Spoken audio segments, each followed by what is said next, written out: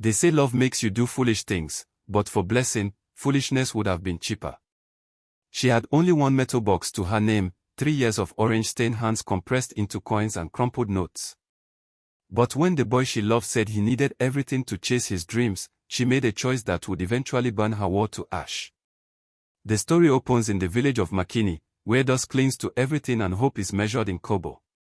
Blessing is introduced as a girl with callous feet and yellow-stained fingers, evidence of dawn-to-dusk labor selling oranges by the roadside. The villagers know her as tireless, the kind of woman who walks 5 miles before sunrise without complaint. Jabari arrives in her life not as a stranger, but as the boy she's loved since childhood, ambitious, restless, filled with dreams too big for village soil. He speaks of the city the way prophets speak of heaven, and Blessing believes every word. When he confesses he has no money for the bus fare, no means to start his new life, the choice should be impossible. The metal box hidden beneath her sleeping mat contains everything: her future sewing machine, her siblings' school fees, the only safety net between her family and complete destitution. But Blessing doesn't hesitate. She hands over 3 years of back-breaking work with a single whispered plea: just promise you won't forget where you came from. The intro establishes what the entire village will later learn, that some betrayals aren't committed by strangers in a single moment, but by the people we build with our own sacrifices, one coin at a time. The promise had been made under the mango tree when they were both 12 years old. When I'm rich, Jabari had said, his voice filled with the certainty only children possess, I'll build you a house with a real floor. Not that. Cement. Blessing had laughed, her hands already stained yellow from helping her mother peel oranges.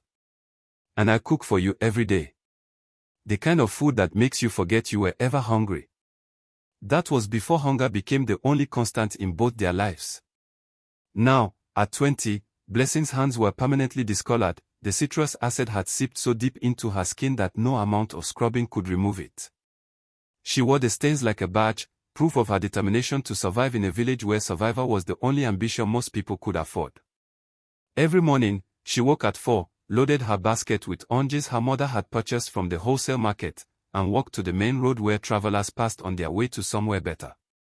By noon, her throat was raw from calling out prices. By evening, her feet were blistered and bleeding. But she never complained. Because every night, when she counted her earnings, she thought of Jabari. Of the way he still looked at her like she was something precious, even when her clothes were threadbare and her smell was more citrus than perfume. You deserve better than this, he told her just last week, watching her count coins by candlelight. Better will come, she'd replied, believing it. When you make it in the city, we'll both have better. He'd kissed her forehead then, a gesture so tender it made her forget the ache in her bones. She didn't know that he was already planning his escape. That his dreams of better no longer included a girl who smelled like oranges and poverty. Jabari came to her hut 3 nights later, his face tight with a desperation she'd never seen before. There's a job, he said without preamble. In the city. Real money, Blessing. A chance to finally get out of this place. She sat up from her sleeping mat, hope flaring in her chest. That's wonderful. When do we leave? His silence was an answer in itself. He repeated slowly. I thought. I mean, when you're settled, I could. Blessing. He knelt beside her, taking her yellow-stained hands in his. I need to go alone first. Establish myself. Then I'll send for you. I promise. The promise felt thinner than the ones made under the mango tree, but she nodded anyway. There's just one problem, Jabari continued, his eyes dropping. I don't have the bus fare. Or money for accommodation when I get there. I'd need at least. I don't know, maybe 15,000 naira to start properly. Blessing's heart stopped. 15,000 naira. The exact amount in her metal box. She'd been saving for 4 years, longer than the 3 she'd told him about. Every kobo she didn't absolutely need for survival went into that box. Her mother didn't even know it existed. How much do you have saved? She asked, though she already knew the answer. Nothing. His voice cracked. You know my father drinks everything. I've been trying, Blessing, but every time I get close to having something, there's always another emergency. She looked at his face, the face she'd loved for as long as she could remember, and saw real fear. Fear of being trapped in Mckeni forever, of becoming like his father, of dying without ever knowing if he could have been something more. Wait here, she whispered. The metal box was exactly where she'd left it, buried beneath her clothes in the corner. Her hands shook as she pulled it out. 15,300 naira. The sewing machine would have cost 12,000. The remaining 3,000 was for her youngest brother's school fees next term. Jabari's eyes widened when she placed it in his hands. Blessing, I can't. Yes, you can. Her voice was steady even as her word tilted. Just promise you won't forget where you came from. He pulled her into his arms, and she felt his tears on her neck. I'll pay you back double. Triple. I swear on my life, Blessing. You're investing in our future. Our future. The words wrapped around her heart like a promise. He left the next morning on the first bus to the city. Blessing stood at the roadside, waving until the dust settled, already planning how she'd work twice as hard to rebuild her savings. She never saw the metal box again. Or the boy she'd loved. Only the man he would become, and that man would be far crueler than poverty ever was. The city swallowed Jabari whole and remade him in its image.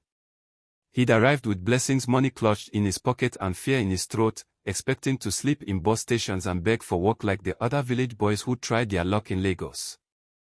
Instead, fortune smiled on him in the form of Chief Ode.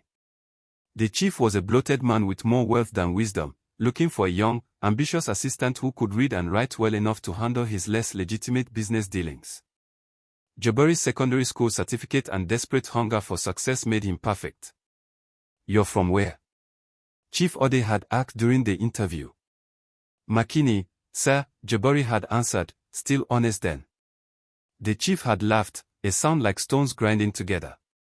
Never heard of it. Must be one of those places where goats outnumber people. Jabari had forced a smile, but something inside him had cringed. In that moment, he'd looked down at his worn shoes, the ones Blessing had helped him polish the night before he left, and felt ashamed. Within 6 months, Jabari had new shoes. Italian leather. Within a year, he'd learned to speak differently, walk differently, laugh at jokes about village people, as if he'd never been one himself. And within 2 years, he'd met Shakira. Chief Ade's daughter was everything Mckeni wasn't: polished, educated, comfortable. She wore perfume that cost more than Blessing made in a month. Her hands had never known work, never been stained by anything harsher than nail polish. You're different from the other boys Papa brings home, Shakira had told him at a party, her interest obvious. You have ambition. I like that. Jabari had smiled, already calculating. Marrying Shakira meant inheriting the chief's business connections. It meant never having to remember the taste of hunger or the smell of oranges rotting in the heat. It meant forgetting Blessing existed. The letters she'd sent, 3 in the first year, written in her careful, unpracticed hand, went unanswered. The one time she'd called the number he'd given her, he'd pretended it was a wrong connection. Who was that? Shakira had asked. Nobody, Jabari had replied. Just someone from my past. And he'd meant it. Blessing was the past: poverty, struggle, yellow-stained hands, and broken promises made under mango trees. Shakira was the future. He proposed to her on a yacht, with champagne that cost more than the metal box Blessing had given him. She said yes, and Jabari felt nothing but relief that he'd finally made it far enough that his origins no longer mattered. He was wrong, of course. Origins always matter. And Blessing was about to prove exactly how much. Blessing heard about the wedding from her cousin who worked as a cleaner in the city. Jabari, the cousin had said over a crackling phone line. The one who used to live near you. He's marrying Chief Ade's daughter next month. It's all over the society pages.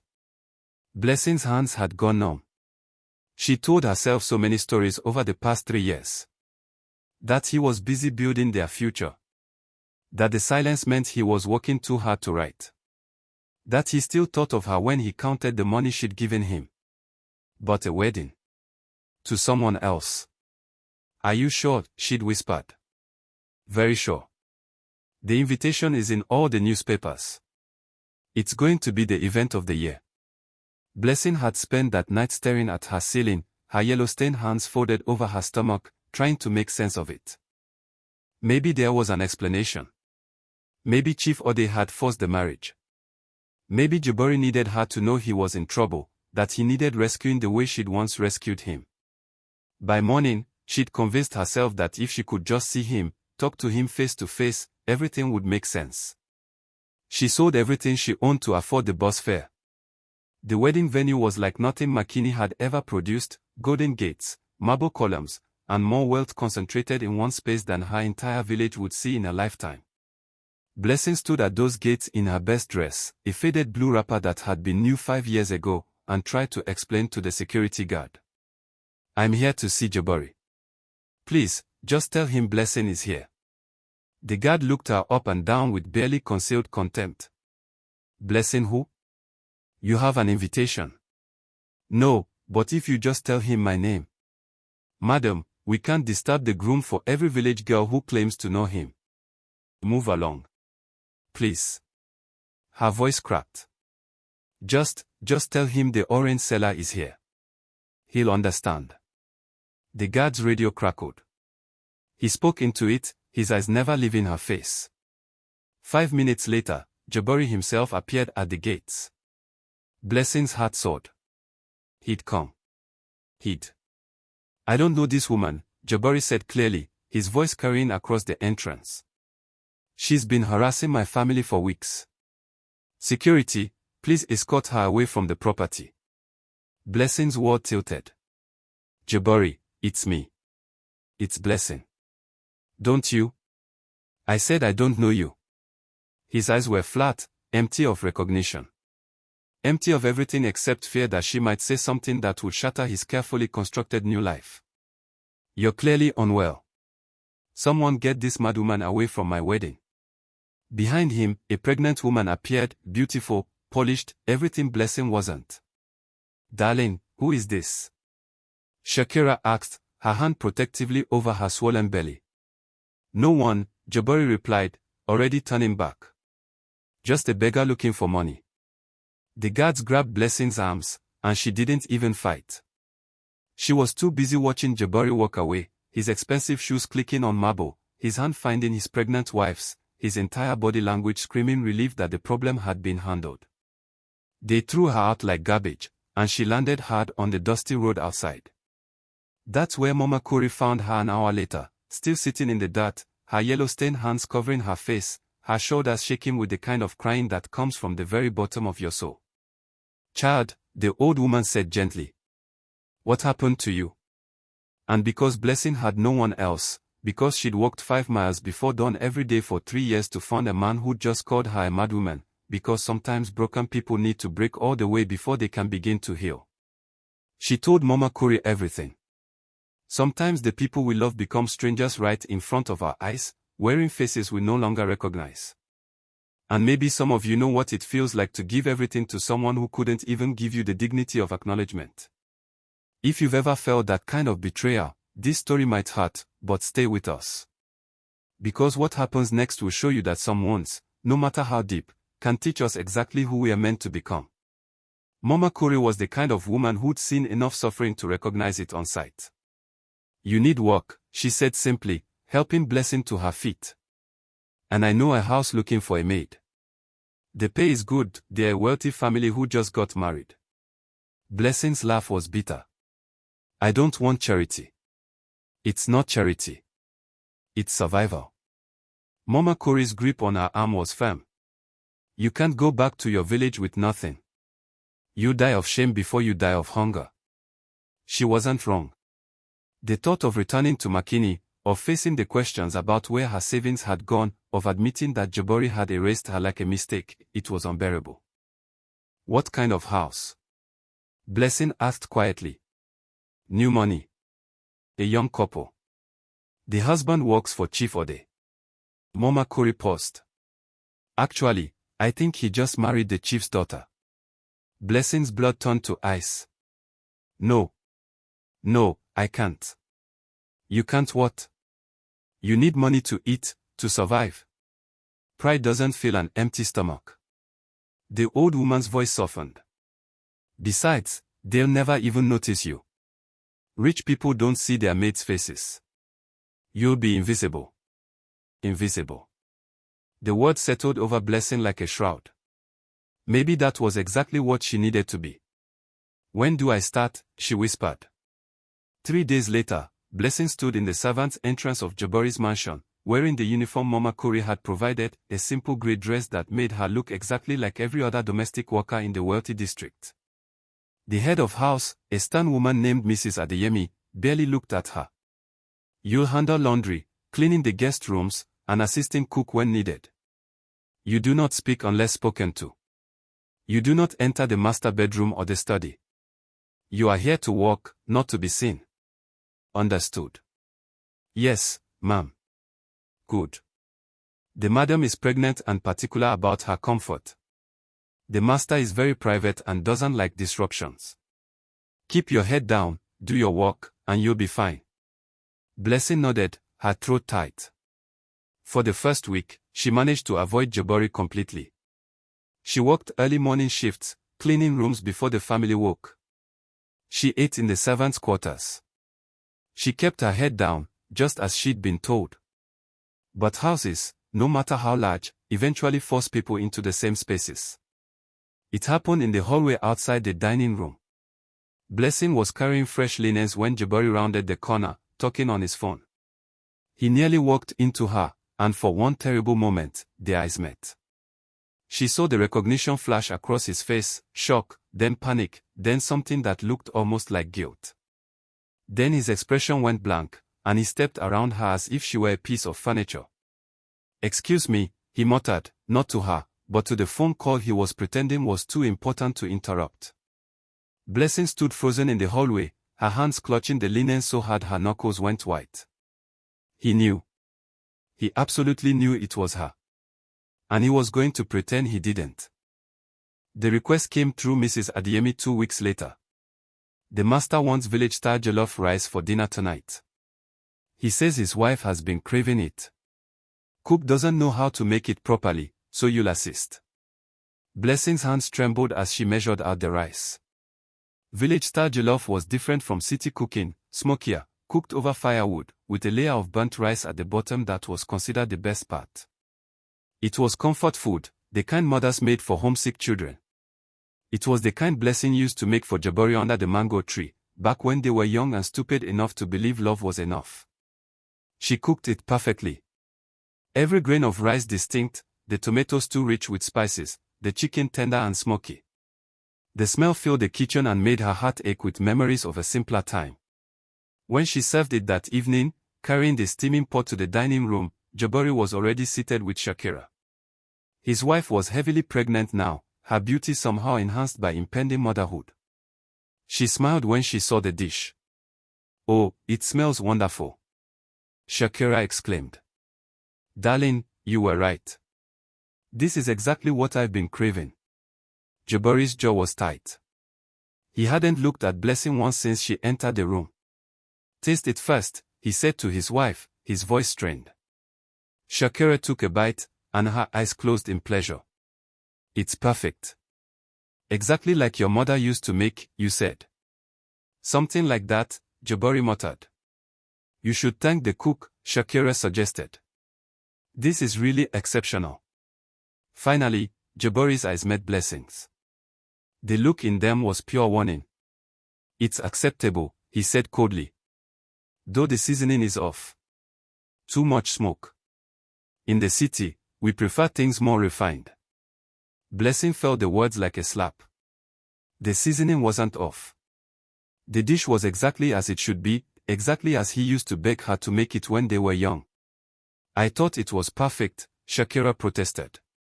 "You don't know the difference," Jabari said, a little too sharply. Then, softening his tone, "You didn't grow up eating this kind of food." He pushed his plate away, most of the rice untouched. "Please inform the cook that the master requests city-style cooking from now on," he said to Blessing directly, his voice formal and distant. we don't need to be reminded of less refined times. Yes, sir, Blessing whispered. As she collected the dishes, her hand steady despite the scream building in her throat, she understood. He wasn't just denying her. He was denying himself. Every bite of that rice was a memory he'd worked too hard to bury. Every moment in her presence was a threat to the lie he'd built his new life on.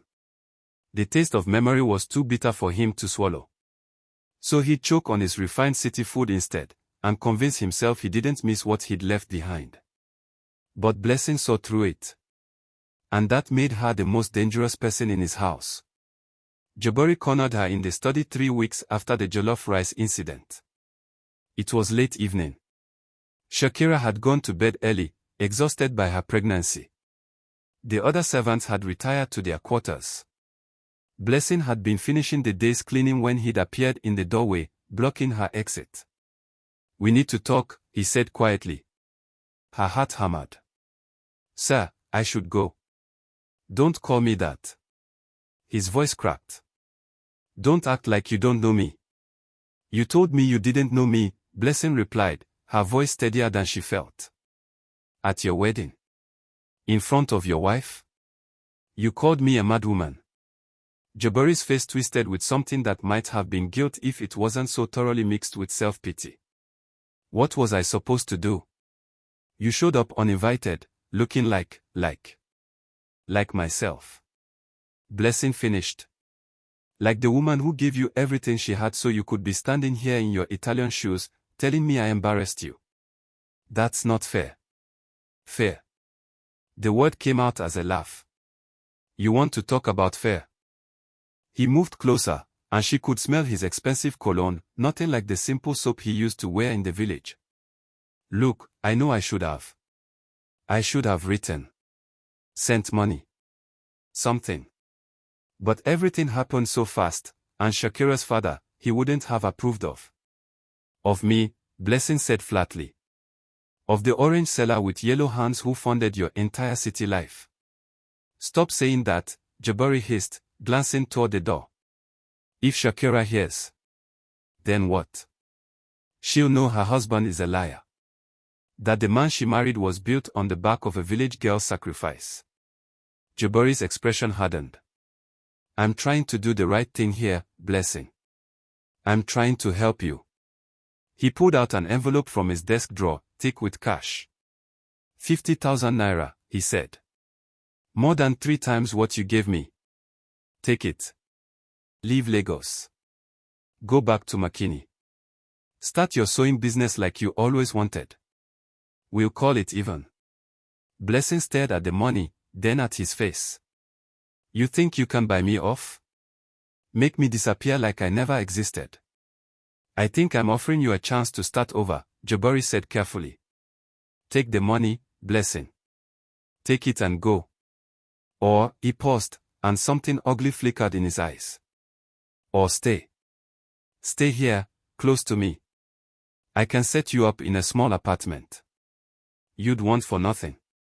I take care of you. Shakira never has to know."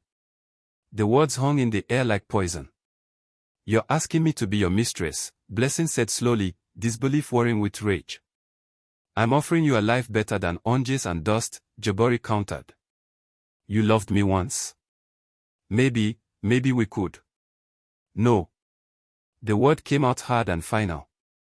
"I love the boy who made promises under a mango tree," Blessing continued, her voice shaking. "That boy is dead. You killed him the day you decided I was something to be ashamed of instead of someone who saved you." Jabari's face flushed with anger. "I saved myself. Your money helped, yes, but I'm the one who worked, who climbed, who made something of nothing." "You made something out of my nothing," Blessing interrupted. "Don't you dare rewrite that story." She pushed past him toward the door, and his hand shot out, gripping her arm. "You can't tell her," he said urgently. "Shakira can't know. I'll be ruined. The chief would destroy me." Blessing looked at his hand on her arm, then up at his face, the face she'd loved for so long, now twisted with fear and desperation. "Let me go," she said quietly. He did, but his eyes promised this wasn't over. As Blessing left the study, she realized something terrifying: a cornered rat always bites. And Jabari was feeling very cornered indeed. The incident happened the next evening, in the kitchen.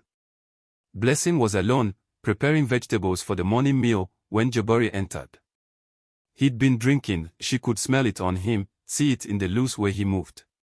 "You didn't take the money," he said, leaning against the counter.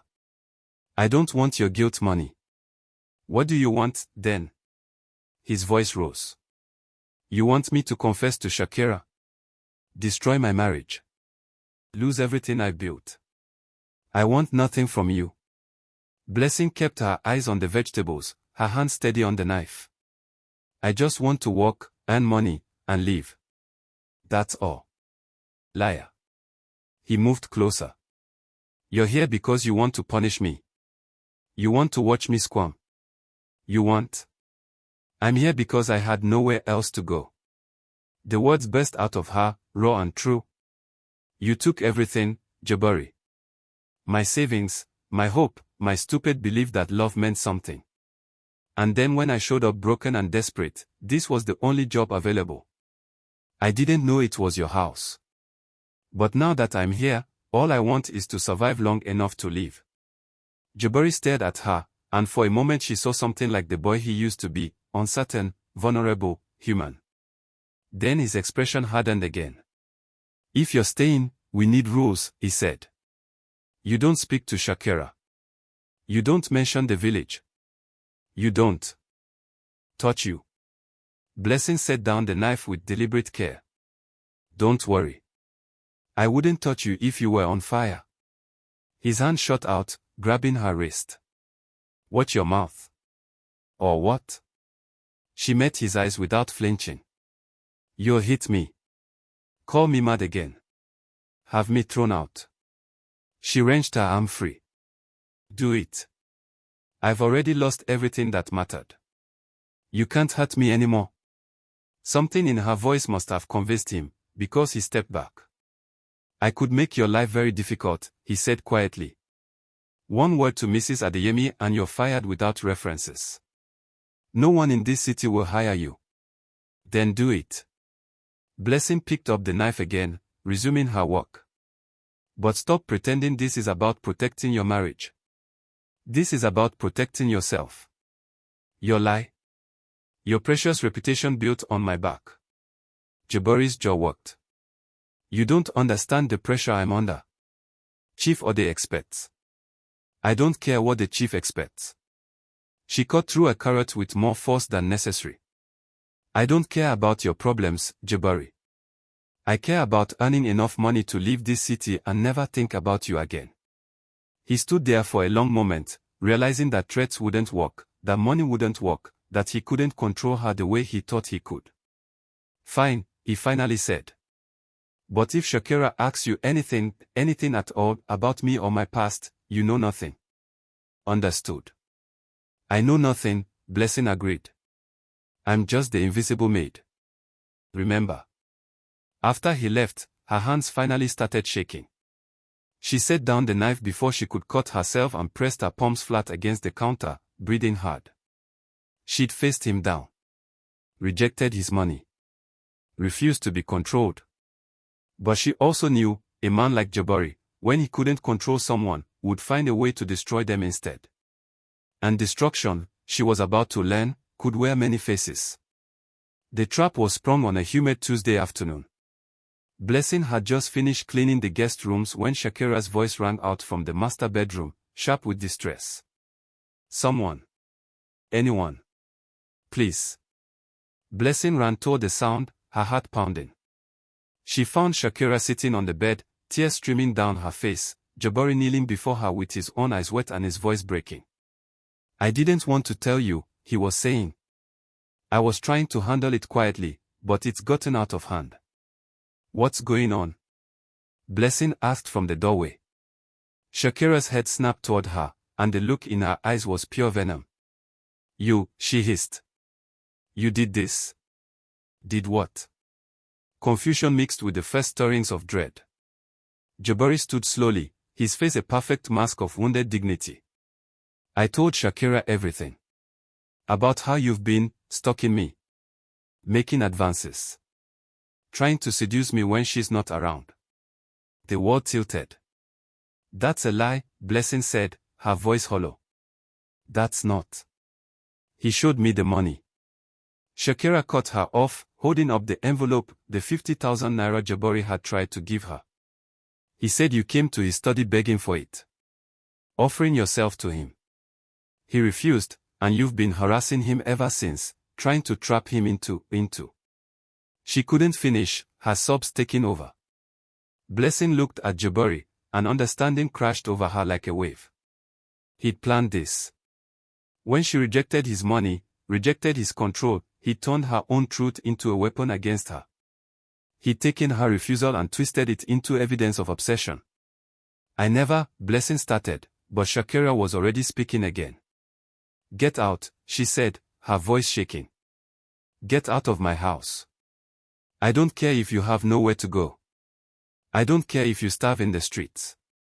You tried to destroy my marriage, and I will not have you under my roof another second. Shakira, please, Blessing tried. Let me explain. Explain what? Jabari interjected smoothly. How you followed me from the village. How you showed up at our wedding pretending to be a stranger I'd somehow wronged. How you manipulated Mama Corey into getting you a job here so you could be close to me. Each accusation was a distortion of truth, facts rearranged into lies so convincing they could have been real. You gave me that money to leave, Blessing said desperately, looking at Jabari. You tried to make me your. See how she twists things. Jabari interrupted, his voice heavy with false sorrow.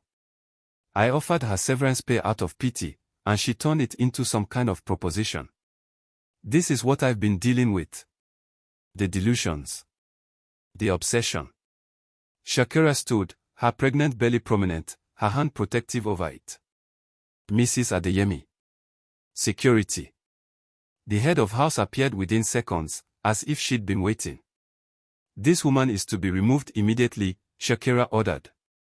She doesn't get her wages. She doesn't get references. She gets nothing. But I worked here for 6 months, Blessing protested. I'm owed. You're owed nothing, Jabari said coldly.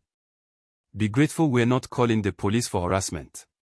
2 security guards appeared, their hands already reaching for her arms. Wait, Blessing said, her voice breaking. Just wait. Please. I have nowhere to go. I need the money I earned. I live quietly, I'll never speak about this, just please. Drag her out, Shakira commanded. They did.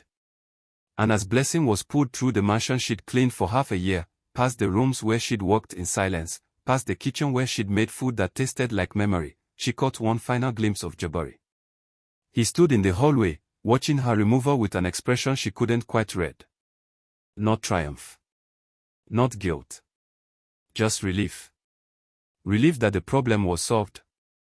That his secret was safe.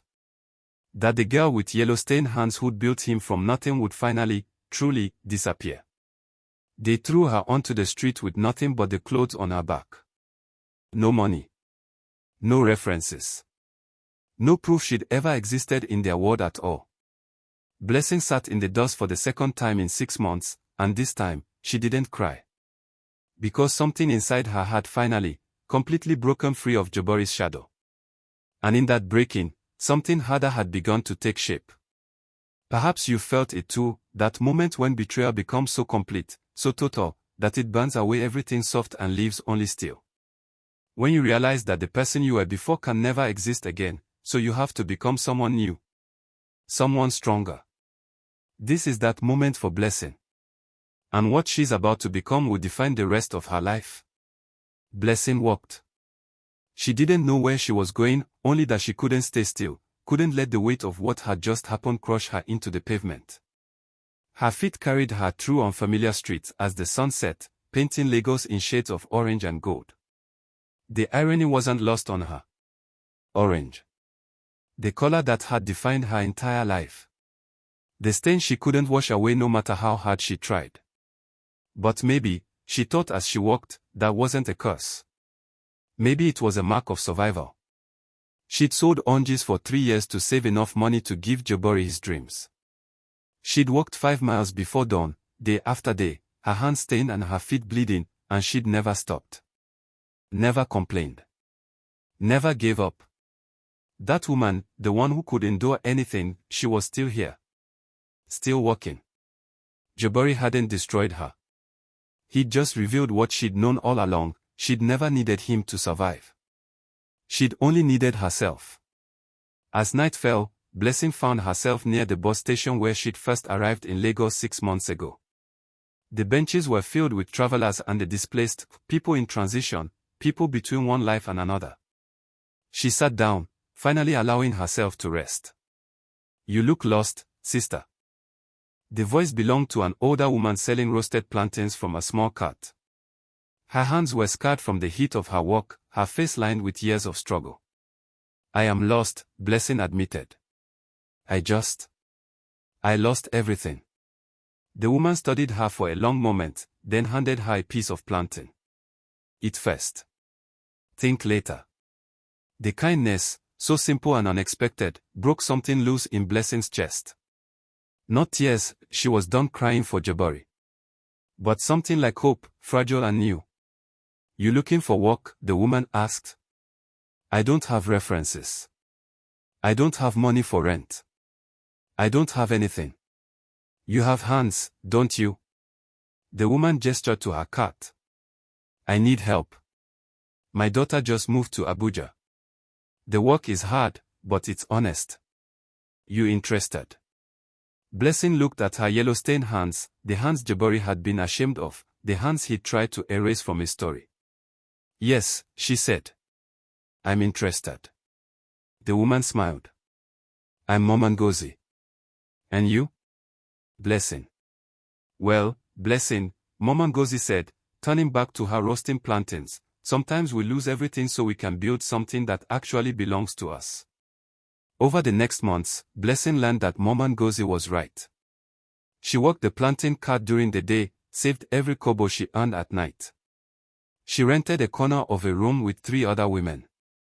She ate once a day and walked everywhere to save money.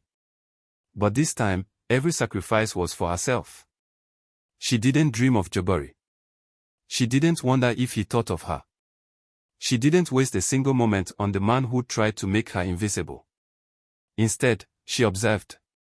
She learned. She watched how Ngozi's cart worked, how the other vendors negotiated with suppliers, how the bus station's economy functioned. And she had an idea. Orange juice.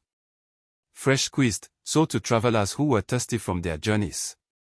It would be more profitable than plantains, require less heat, and use a skill she already had, the ability to work with oranges faster than anyone in Lagos. Within 6 months, Blessing had saved enough to buy a small juicer and partner with Ngozi. Within a year, their joint cart had expanded to 3 locations across the city. Within 2 years, Blessing had her own small shop near the bus station, with her name painted above the door in bold letters, Blessing's Fresh Juice. She hired 3 other women, all of them displaced, all of them struggling, all of them reminded her of who she used to be. And every morning, when she opened her shop and looked at her yellow-stained hands preparing oranges for the day, she thought of Jabari. Not with bitterness. Not with longing. But with gratitude. Because he taught her the most valuable lesson of all, that people who build their lives on someone else's sacrifice will always fear the truth. They'll spend their entire existence looking over their shoulders, wondering when the foundation will crack.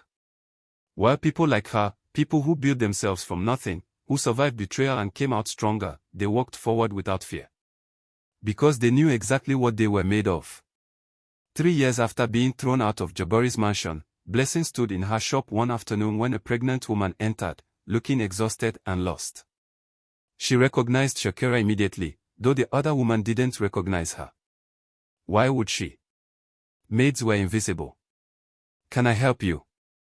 Blessing asked, her voice professional and kind. Shakira looked at the menu, then at her wallet, her face crumpling slightly. I don't have enough for the large. Just the small, please." Blessing studied her. The expensive clothes were still there, but they were worn now. The jewelry was missing. And the way Shakira carried herself, defeated, uncertain, told a story Blessing understood immediately. The chief's empire had fallen. Rumors had circulated for months about investigations, seized assets, frozen accounts. Which meant Jabari had lost everything too. The large is on me, Blessing said quietly, already preparing the juice. You look like you need it. Shakira's eyes filled with tears. Thank you. I'm sorry, I don't usually, things have been difficult lately.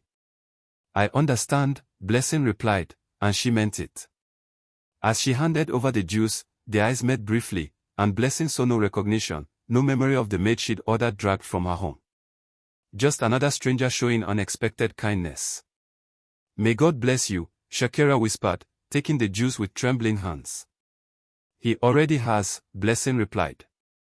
She watched Shakira leave, then turned back to her work, to the life she'd built with her own yellow-stained hands, on her own terms, for her own future. And she smiled. Not because Jabari had fallen, but because she had risen. And unlike his empire built on lies and other people's sacrifices, her foundation was solid. Because it was built on the only person she'd ever truly needed to believe in. Herself. If this story taught you a lesson, please like, subscribe, and share it. More powerful stories await you here.